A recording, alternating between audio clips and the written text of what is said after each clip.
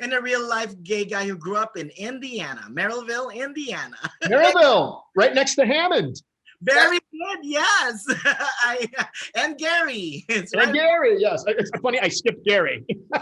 It's not about me. Tonight belongs to both of you. So a big congrats on the prom. I love it. Fun and entertaining with a lot to say about equality.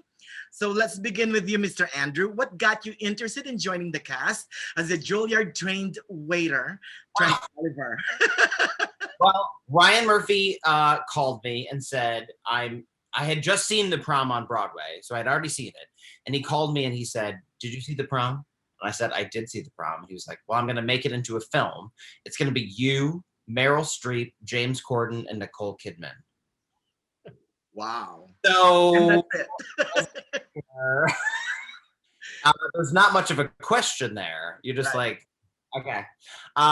So I just said yes. But it was such a beautiful, I was so moved by the show when I saw it on Broadway, and I just thought it was such a incredible, uplifting story. And like the music was great, and it was funny, but it also had such a great message.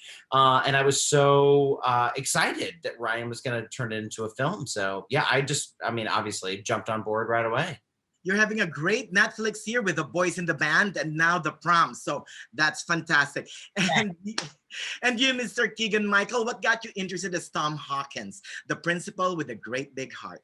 Well, my story is very similar to Andrew's, which Ryan called and he didn't ask me if I had seen the prom. He just said, "There's this project that I'd like to work on, and I would like you to be part of it if you could." And I said, just anything. I mean, before I heard anything about Meryl Streep, I was already in. And then you say Meryl Streep, and then you're like in.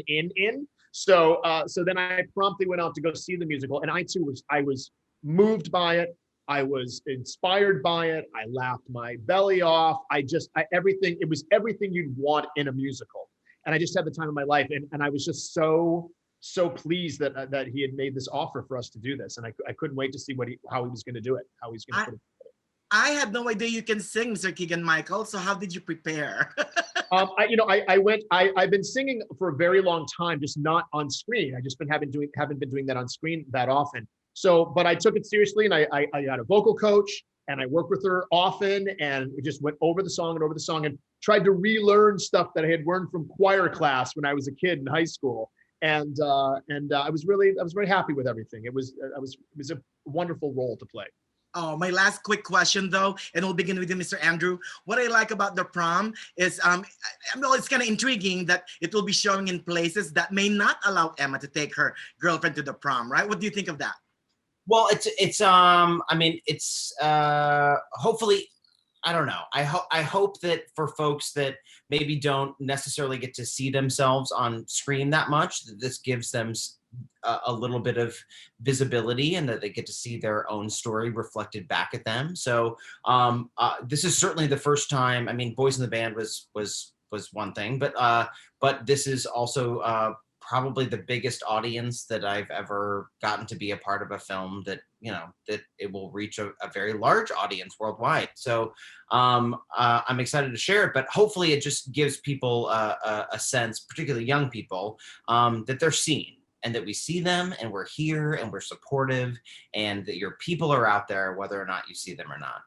Oh, you agree, Mr. Keegan-Michael? I agree wholeheartedly. Oh, well, thank you so much again. Congrats on the prom again. Now it's time to dance. Bye, guys. Take care.